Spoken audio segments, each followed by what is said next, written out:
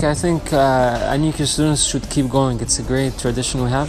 It's a great opportunity. I don't think we have the same opportunity somewhere else, and I really hope that some people just take advantage of it and just keep it going.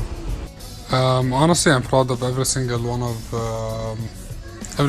the crew members that have worked hard to produce these films, to make these films come to life.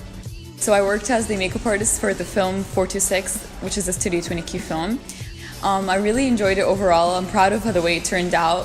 It was a lot of hard work. We all worked together and it was really fun. I really enjoyed this year's premiere. It was unique in many different ways.